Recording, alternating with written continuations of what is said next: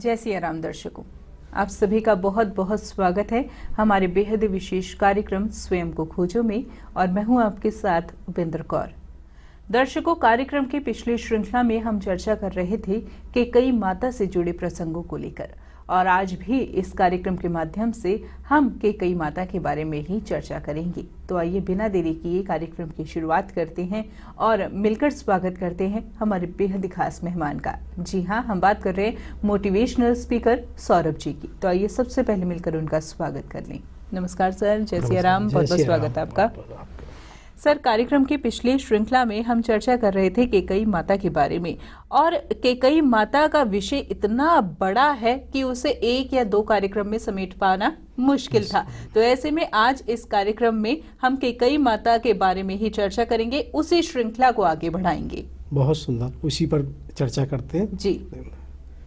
हमारा चर्चा ये चल रही थी कि जो माता केकई हैं उनकी रणनीति और वो सब चीज़ों को समझने के लिए उनकी जुड़ी हुई जो घटना है उनके बारे में हमारा चर्चा चल रही थी। हमारा उस पुराने चर्चा में यहाँ से चल रहा था कि जो उनके भाई युधाजित हैं उनके लिए जो प्रस्ताव उधर महाराजा सलभ देश के राजा वीर सेन की पुत्री ऐश्वर्या का जो प्रस्ताव आया था उसकी तैयारियां की बात थी। तो उसकी तैयारियों में ये था कि उनका ध्यान बदस्तूर इस पर पूरा रहता था केकई माता का कि कभी भी कोई भी जो भी आक्रमणकारी हैं, जो आपके शत्रु हैं, उनसे हमें निश्चिंत नहीं रहना चाहिए। वो अवसरों की तलाश जारी रखते हैं। कहीं भी कोई अगर आपके यहाँ अवसर है तो ऐसा नहीं है हम उससे निश्चिंत होकर केवल उसी खुशी में खोए रहें। तो उनका ये बार बार आपस में जब भी किसी तरह की योजना बनती तो इसी पर वो प्रकाश डालती थी। नहीं, सावधानी हमें रखनी है। अगर कहीं भी कोई आयोजन हो रहा है उसमें हमारे मेहमान आएंगे ही, ना तो उनको मिलने से रोका जा सकता है और ना ही उनकी तलाशी ली जा सकती है, लेकिन हम अपनी व्यवस्था को इस तरह से कर सकते हैं जिससे कि व्यवस्था हमारी सुदृढ़ रहे। तो उसी व्यवस्था को करने के लिए वो इस तरह से करती हैं कि कौन व्यक्ति वहाँ पर उत्सव में कहाँ बैठेगा, उसके पास में कौन सा संरक्षक, कौन सा रक्षिका, कौन सी कैसे कहाँ बैठने का रहेगा, उस पूरे को इवन देन वो इसका भी ध्यान रखती है। सुरक्षा कवच एक तरह से जिसे हम आज कहते हैं ना ब्लड प्रूफ जैकेट, तो सुरक्षा कवच भी प्रॉपर पहना जाए और उत्सव के हिसाब से भी वस्त्र आभूषण पहने जाएँ। उसमें उनका पूरा ध्यान रहता है। महर्षि उनके संकर्षण जो गुरु हैं वो भी वहाँ होते हैं, लेकिन वो कहते हैं कि नहीं पुत्री, मेरी इसकी आवश्यकता नहीं है, मैं राजनीतिक व्यक्ति नहीं हूँ, मैं धार्मिक हूँ, मुझे इसकी आवश्यकता ऐसी नहीं है। वो ऐसा करके उसको नहीं मानते हैं। अब जैसा कि होता है वहाँ सब उत्सव की तैयारियाँ चल रही होती हैं, लोग आते हैं, मिलते हैं, चरण स्पर्श करते हैं, जिसका जैसे वो सब अपना अपना यथायोग करते हैं। जब वहाँ पर आते हैं तो वहाँ ये देखा कि 4 व्यक्ति आ रहे हैं, 2 महिला और 2 पुरुष। तो वो जैसे पैर न छूने के लिए जब झुकेंगे तो उन्होंने देखा कि 2 व्यक्तियों ने आपस में निगाह मिलाई है। तो उनके जितने रक्षक दलपति वगैरह उनका जो प्रमुख था वो बहुत ज़्यादा अलर्ट रहते हैं, बहुत ज़्यादा वो थे। तो उन्होंने देखा भाई कोई वजह क्या है, क्योंकि प्राय क्या होता है जब व्यक्ति अगर आपस में कहीं किसी तरह से आंखों ही आंखों में वो कुछ न कुछ कहना चाह रहा है, और जब आप किसी के सम्मान में और उसमें आते तो वहाँ तो कहने की बात ही नहीं है, आप तो उसके लिए आए हुए हैं। तो उन्हें डाउट हुआ है और वो वहीं से अलर्ट हुए हैं। जैसे वो उसमें हुए तो उन्होंने क्या देखा कि जब तक वो कुछ और कहें कि एक व्यक्ति ने नीचे जेब में जैसे कुछ निकालने के लिए हाथ डाला और वहाँ से चाकू निकाल के उसने उछाला है। तुरंत जैसे ही उसने जेब में हाथ डालने के लिए तो जो उनका दलपति है उसने कहा सावधान। जब वो उनके अंगरक्षक या वो थे, जब तक वो इस स्थिति में आते उसने जो महर्षि संकर्षण थे उनके ऊपर आक्रमण कर दिया था। हुआ क्या कि वो लोग भी कहना चाहिए ना, किसी को हमें कम नहीं मानना है, क्योंकि वो भी पूरी उसी तरह से अध्ययन स्थिति परिस्थिति को कर रहे हैं। उन्हें भी पता है कि महर्षि संकर्षण ही बिना सुरक्षा कवच के हैं। तो जब तक जैसे उसने उछाला है तो उसको पकड़ने की कोशिश की, तब तक वो चाकू उनके कंधे पे थोड़ा सा लग जाता है।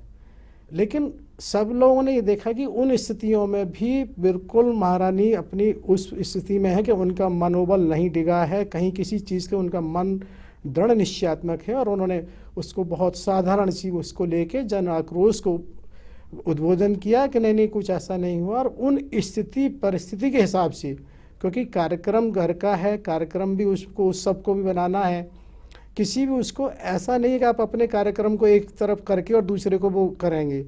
तो उन्होंने तुरंत स्थिति को नियंत्रित किया, नियंत्रित करके महर्षि को उसके उपचार के लिए गए हैं, और वहाँ की जिस तरह से होनी चाहिए उन्होंने तुरंत लोगों को सांत्वना दी, और उन्होंने स्पष्ट रूप से अपने अंगरक्षकों को ये कहा है कि नहीं, हमें इनको जीवित पकड़ना है।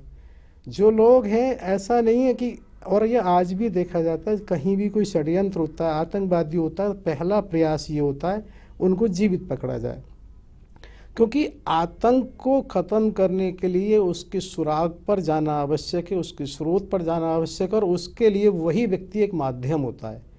क्या होता है, उस समय उसको ख़त्म करना मुश्किल नहीं है, वो तो बहुत आसान काम है, लेकिन जब किसी उसके सुराग पे जाना है तो उसको जीवित रहना बहुत आवश्यक होता है।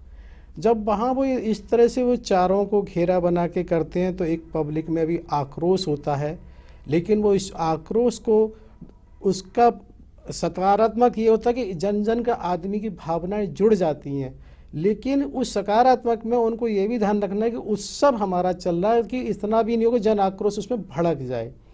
तो उसको शांत करने के लिए वो बराबर उसका ध्यान रखती हैं और उनको सांत्वना करती हैं, कहीं ऐसा कुछ नहीं हुआ, सब सामान्य है, और आप लोगों के होते हुए कहीं वैसा नहीं है, क्योंकि उनका हर समय एक प्रयास रहता है कि जन जन को कैसे जोड़ा जाए, क्योंकि कोई भी राष्ट्र जब तक मजबूत नहीं हो सकता जब तक जन जन मजबूत नहीं होगा।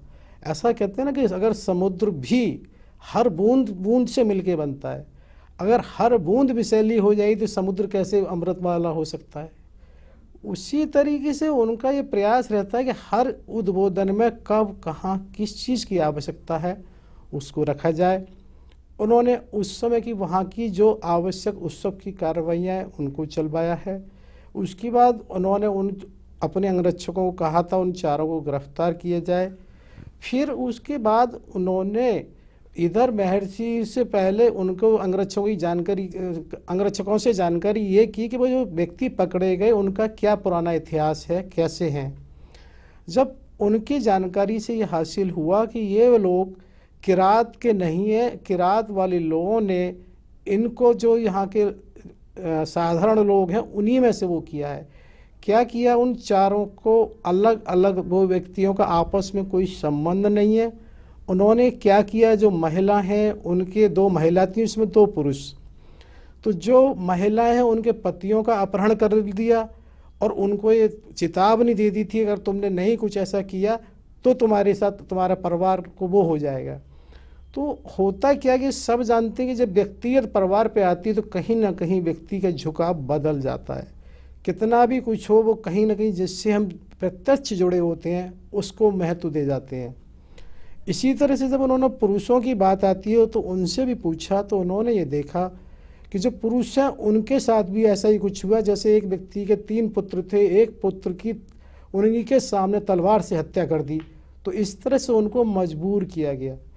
होता क्या है ना कि एक रणनीति होती है उन लोगों की कि ऐसा करना क्यों पड़ता है, क्योंकि वो जानते हैं ये ऐसे विषय हैं कि इनको हम बाज़ार से खरीद के नहीं ला सकते।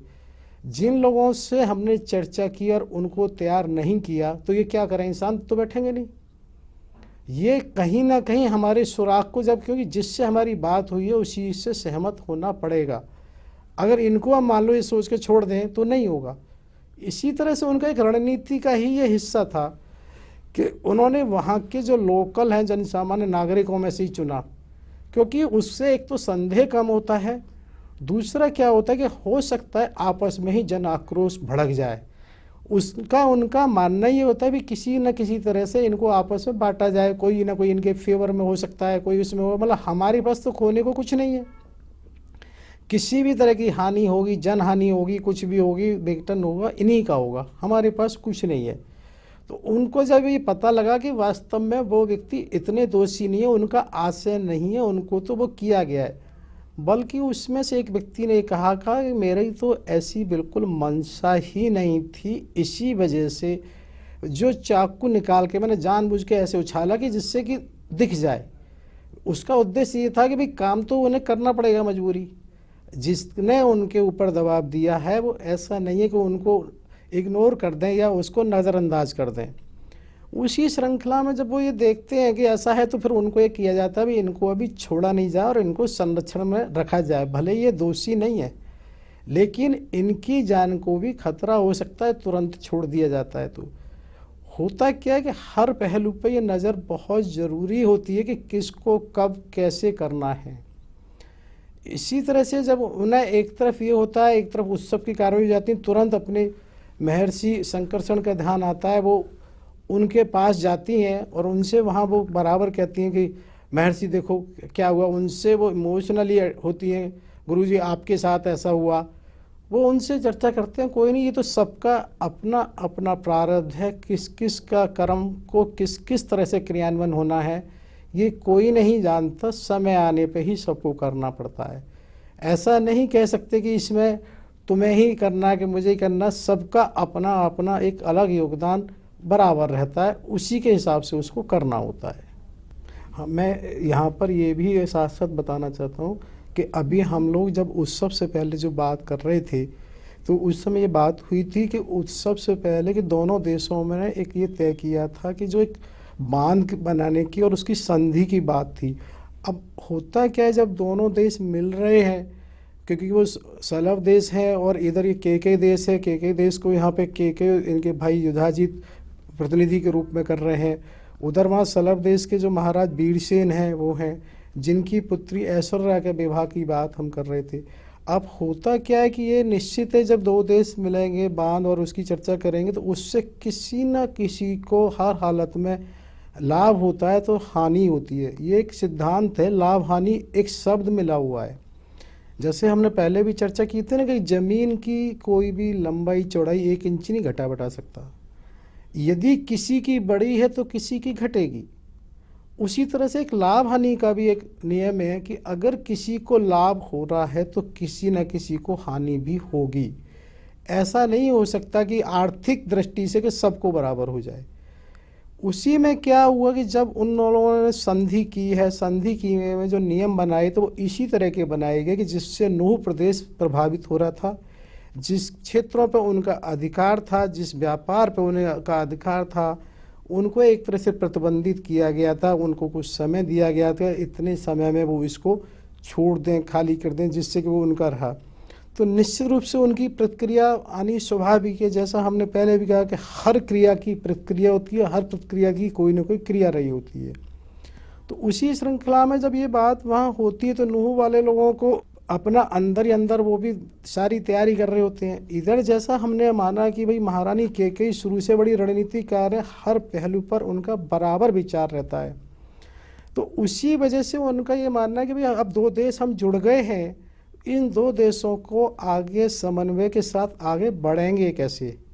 अर्थात ऐसा नहीं लगे किसी को ऐसा लगे कि भाई हमारा प्रतिनिधित्व कौन और कैसे। तो एक आपस में सामंजस्य ये बिठाया गया कि दोनों देशों का जो सेना होगी उसका प्रतिनिधित्व युधाजित करेंगे। जो उनके भाई हैं उसकी अब दोनों कारण हो जाते हैं। एक तरह से वो केकई प्रदेश के तो राजकुमार हैं ही, प्लस वहाँ के होने वाले वो भी हैं दामाद, तो उसकी वजह से कहीं किसी को इसमें वो नहीं है। अब ये आती भाई जो केकई महारानी है वो एक तरह से उनके सलाहकार के रूप में रहेंगी। तो होता क्या कि वो रूपरेखा एक तरफ चलती रहती है, हमें कैसे चीज़ों को अंजाम देना है। इधर क्योंकि जो बांध वाली प्रक्रिया है, उस बांध वाली प्रक्रिया के लिए भी जो वहाँ पर सामग्री आवश्यक है वो भी पहुँच गई होती है। जब वहाँ से भी लोगों को प्रभावित हो रहा होता है तो नूह प्रदेश निश्चित रूप से वो कहीं ना कहीं अंदर खाने इस स्थिति में आ जाता है कि उसे नुकसान होना ही है। तो उसके पास भी अंतर्द्वंद इतना चल रहा होता है कि वो ये चाहते हैं अब इसका समाधान निकलना चाहिए।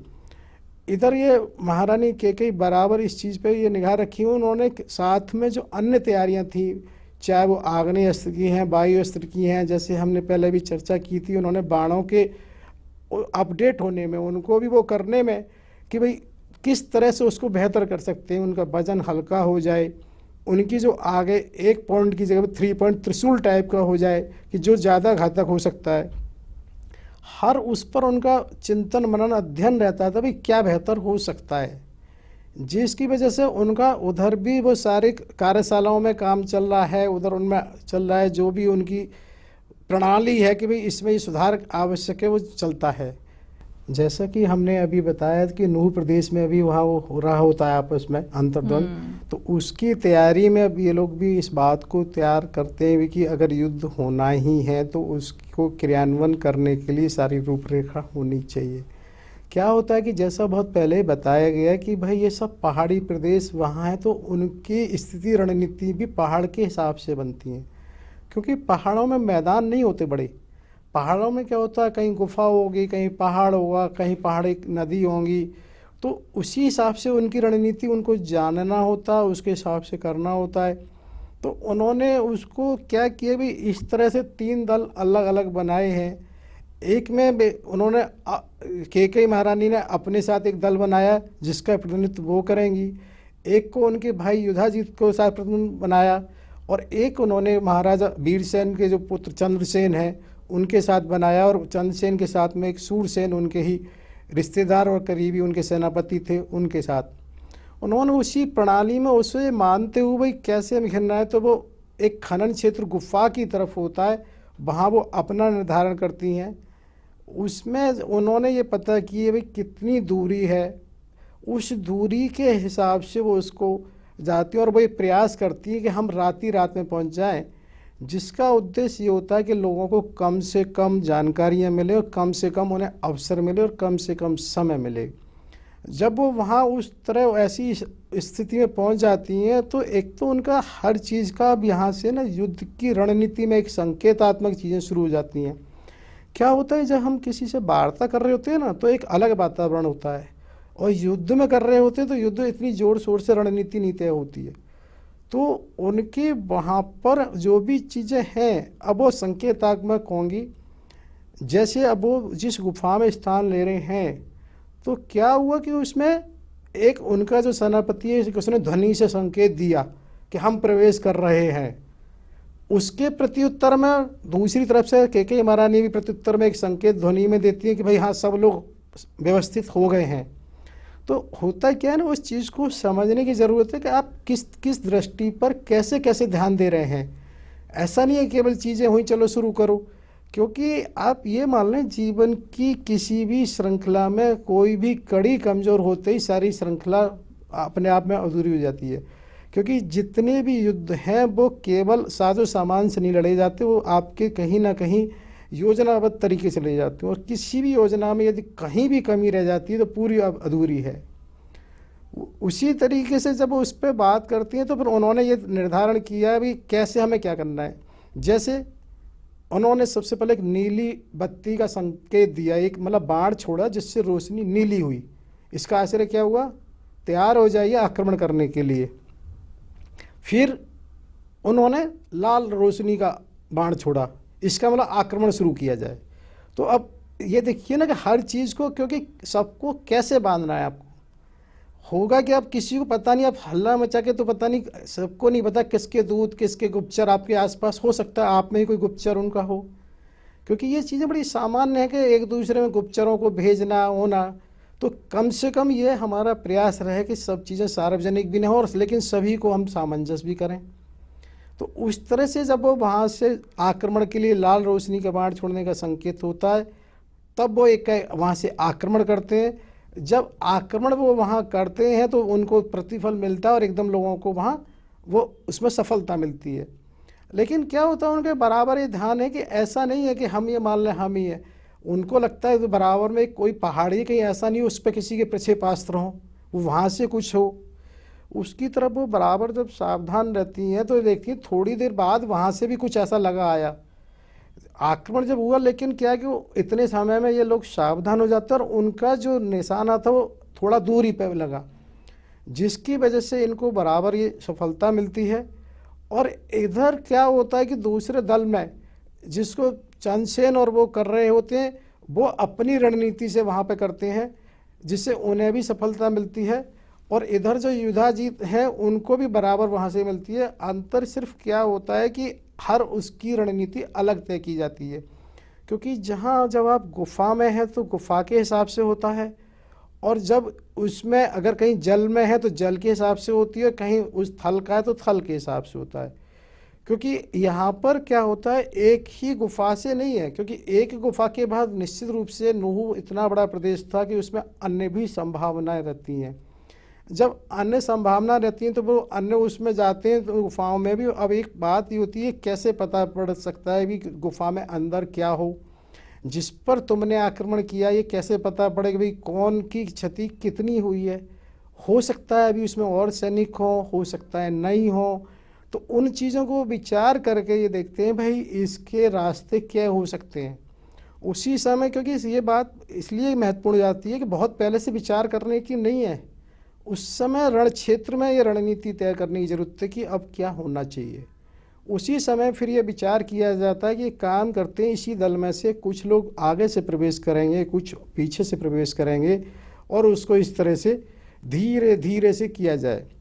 तो जब वो करते हैं तो उन्हें लगता है गुफा में अंदर कोई इस तरह से उसने लवादा सा पहना हुआ है, और उस पर जब वो आक्रमण करते हैं तो जो उनका नूह का मुख्य वो था गुप्तचर मकालू पर जैसे इन्होंने हुआ तो दूसरी तरफ से एक आवाज़ आती है कि अरे मकालू पे आक्रमण हो गया, वो घायल हो गया है। तो तुरंत रानी कैकेयी को समझ में आता है कि एक उनका गुप्तचर दूसरा सुंगलू था, कि उन्होंने उस आवाज़ को समझते हुए शब्द भेदी बाण का वहाँ पर उपयोग किया, जिससे वो भी वहाँ घायल हो जाता है। तो इस चीज़ से हमें देखनी कि उनकी स्वयं की कौशलता उसकी भी है, केवल योजना और उसकी नहीं है, बस स्वयं इतनी है कि तुरंत उन्होंने उसी समय निर्णय लेके उस बाण चलाया और उसे भी घायल किया। जिसके बाद वहाँ पर जब धीरे धीरे ये देखा जाता है कि काफ़ी लोग इस तरह से जब घायल हो गए, और उसमें भी क्या था जो उनके प्रमुख मकालू और सुंगलू थे, जब वो घायल हो जाते हैं तो एक निश्चित रूप से सेना में थोड़ा सा मनोबल कम हो जाता है। उसी समय में इन्हीं के जो सेना के सेनापति हैं दलपति, वो वहाँ पर ये घोषणा करते हैं कि अभी भी आप लोग विश्वास करिए और आपको जीवित रहना, और आप नहीं चाहते क्षति तो समर्पण करने की उनसे कहा जाता है। धीरे धीरे लोगों को समझ में आता है तो समर्पण वो करना शुरू करते हैं, और उस जगह एक तरह से बाकी सब लोग समर्पण कर देते हैं। जब समर्पण कर देते हैं तो उनको फिर ऐसा वहाँ कोई क्षेत्र वैसा तो है नहीं, तो तुरंत उनको एक तरह से लेना होता है अपने उसमें क्षेत्र में और अपने हिरासत में। तो हिरासत के बाद अब ये होता है कि इनको कैसे करना है, तो वहाँ पर एक ही तरीका बचता है कि एक जो गुफा है उसको अस्थायी कारावास का रूप दिया जाए, और उनको सबको नियंत्रित करने के लिए। क्योंकि ये वो भली बात कहती है कि नहीं, कभी भी ये नहीं कि अभी इसे ये माना जाए, हो सकता है कहीं से कुछ भी अभी भी हो जाए। तो उन चीज़ों को वो बड़े बारीकी से जब ध्यान रखती हैं, तो उनके बाद फिर ये अन्य क्षेत्रों की बात ये आती है, जिसकी अभी हम कर रहे थे अन्य क्षेत्र में युधाजीत। तो वहाँ पर एक चीज़ जो नदी में होता है, जल बोट वगैरह, जलपट्टम एक जगह है, वहाँ के हिसाब से क्या है कि वहाँ पर उनकी रणनीति ये थी कि प्राय जल में जो नाव होंगी वो निश्चित रूप से लकड़ी की होंगी। जब लकड़ी की होंगी तो उनके ऊपर हमें प्रक्षेपास्त्र आग्नेय बाण से उससे वो करना है, आग्नेयास्त्र जैसे, जिससे क्या हुआ लकड़ी जलेगी। उस तरह से जब उनकी लकड़ी जलने से उस पर वो आधिपत्य किया जाता है, और जब उनका आधिपत्य किया जाता है तो वहाँ भी वही कार्रवाई होती है कि भाई उनसे कहा जाता है कि तुम लोग अपना आत्मसमर्पण कर दो, तो तुम इस पर वो करो। उस समय वहाँ भी जब ये आत्मसमर्पण की बात आती है, इसी तरह से वो धीरे धीरे तीसरे स्थान पर भी इसी तरह से किया जाता है। जो आत्मसमर्पण की जब हम बात कर रहे हैं तो वहाँ पे जब आत्मसमर्पण किया जाता है तो आत्मसमर्पण का भी कुछ विधान होता है। जैसे अभी भी जो देश हमारे यहाँ तो हम देखते हैं जब उनमें युद्ध होता है तो क्या शर्तें होंगी, किस तरह से उसका होगा। तो आत्मसमर्पण के साथ साथ वो एक वार्ता का रूप होता है भी, क्या शर्तों के साथ होगा कि जिसका नुकसान हुआ है कोई भरपाई होगी, उसके बाद कैसे उसका क्षेत्र उस पर होगा। तो उस सब को भी निर्धारित करने के लिए उस पर रूपरेखा बनाई जाती है। और उसमें क्या होता है, महारानी कैकेयी ये नहीं चाहती उनके कहीं हस्ताक्षर, उनको मान मिलना चाहिए। उनका हमेशा ये रहा है कि काम हो रहा है तो मेरे को जितना करने का अवसर मिले, लेकिन मान मिले तो कहीं दूसरे को मिले। कभी उन्होंने अपने को मान के लिए नहीं आगे बढ़ाया। जब भी कभी कहीं देखा गया तो उन्होंने उसके लिए बढ़ाया, क्योंकि अब वहाँ जैसे जब, क्योंकि दोनों राष्ट्र, दोनों देशों ने मिलके जब युद्ध किया है, तो वहाँ पर ये बात हुई, जब उनकी विजय हो गई तो सलभ देश का ही पहले झंडा फहरता है। हालांकि फिर ये बात आती है, सलभ देश वालों ने फिर साथ में के देश का भी झंडा वहाँ फहराया है। जब दोनों देशों के झंडे फहर गए, उसके बाद आत्मसमर्पण की जो भी शर्तें हैं वो निर्धारित हुई।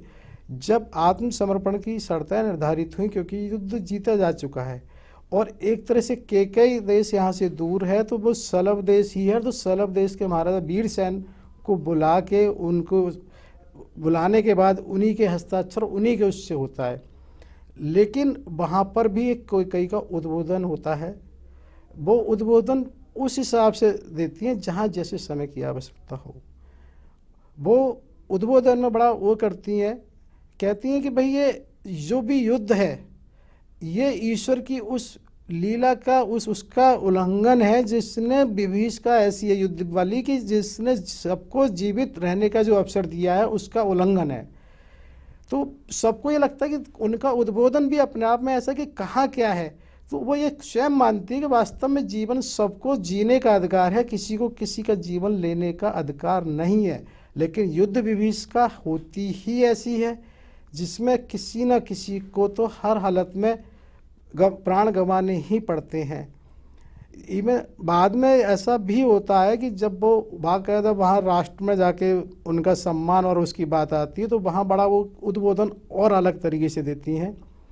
वो कहती हैं केवल राजकुमार और राजकुमारी होने के नाते ही जय जय हम लोगों की बोली जा रही है, जबकि ऐसा नहीं है। इसमें कितने अनेक लोगों ने भी प्राण गंवाए होंगे, और जब अनेक लोगों ने प्राण गंवाए थे, वो क्या किसी के पुत्र पुत्री नहीं थे?